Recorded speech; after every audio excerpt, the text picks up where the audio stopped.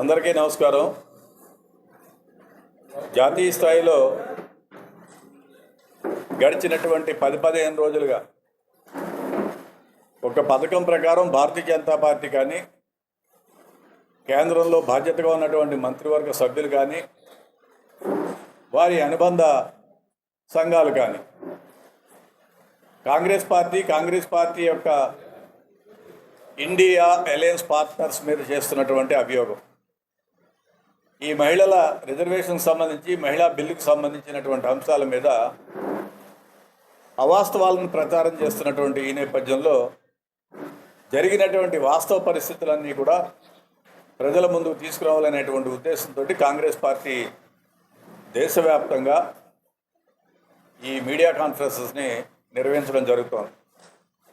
ప్రధానంగా ఉమెన్ రిజర్వేషన్కి సంబంధించి చట్టసభల్లో మహిళలు రావాలి, మహిళలకు నాయకత్వం ఇవ్వాలనేటువంటి ఆలోచన ప్రప్రథమంగా కాంగ్రెస్ పార్టీ నేతృత్వంలో రాజీవ్ గాంధీ గారు ప్రధానమంత్రిగా ఉన్నటువంటి నేపథ్యంలో కాన్స్టిట్యూషనల్ అమెండ్మెంట్ బిల్ 63-64 63-64 రాజ్యాంగ సవరణలన్నీ ఆనాడు రాజీవ్ గాంధీ గారు ప్రధానమంత్రిగా ఉండగా స్థానిక సంస్థల్లో మహిళలకి 33% రిజర్వేషన్స్ ఇవ్వాలని కాంగ్రెస్ పార్టీ నిర్ణయం తీసుకోవడం జరిగింది.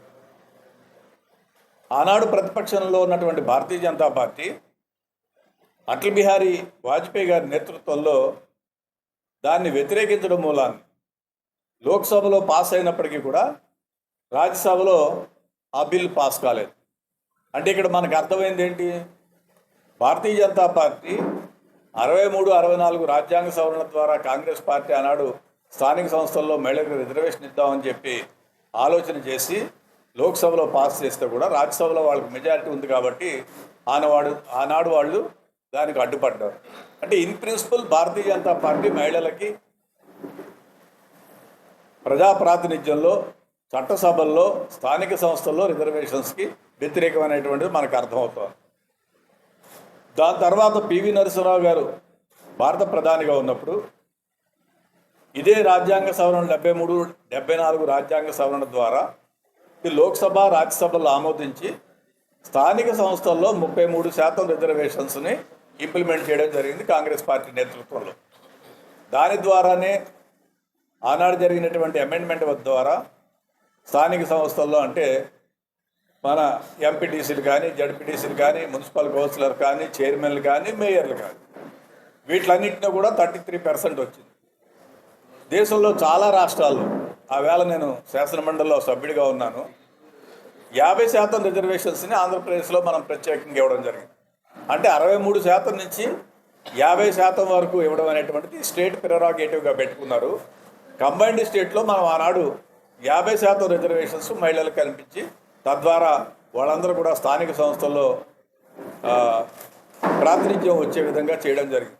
ఆ రోజు మాకు రాజమండ్రి మన కాకినాడ మేయర్గా మహిళను తీసుకురావడం జరిగింది, పెద్దాపురం మున్సిపల్ చైర్మన్గా మహిళను తీసుకురావడం జరిగింది. ఇలా చాలా చోట్ల మహిళల్ని మేము ఆయా రాష్ట్రంలో, ఆయా జిల్లాల్లో ఉన్నటువంటి పరిస్థితుల్లో తీసుకురావడం జరిగింది.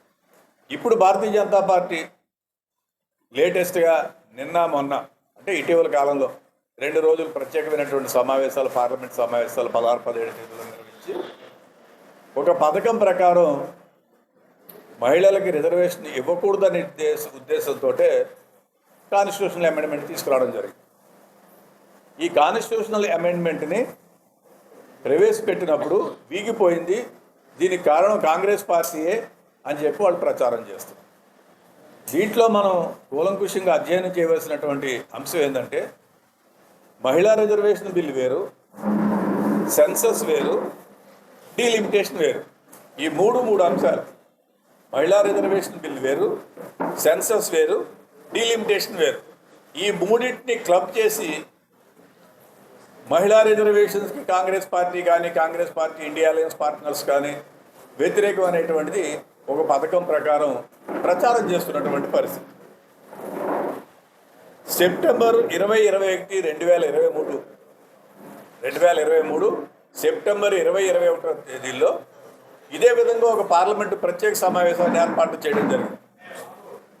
ఆ పార్లమెంట్ ప్రత్యేక సమావేశంలో కాంగ్రెస్ పార్టీతో పాటు అన్ని అలయన్స్ పార్ట్నర్స్ కూడా యునానిమస్గా మహిళా రిజర్వేషన్ బిల్లుని ఆమోదించడం జరిగింది. అంటే బిల్లుని ఇంట్రడ్యూస్ చేసిన తర్వాత బిల్లు ఆమోదించబడితే యాక్ట్గా అవుతుంది. మినిస్టర్ గారు ఇంట్రడ్యూస్ చేసినప్పుడు అది బిల్లు లోక్సభ రాజ్యసభ పాస్ చేసిన తర్వాత ప్రెసిడెంట్ ఆఫ్ ఇండియా కన్సల్ట్ అయిన తర్వాత బిల్లు చట్టం అవుతుంది, అంటే యాక్ట్ అవుతుంది. అది ఎప్పుడు జరిగింది? 2023 సెప్టెంబర్ 2021 తేదీలో జరిగింది.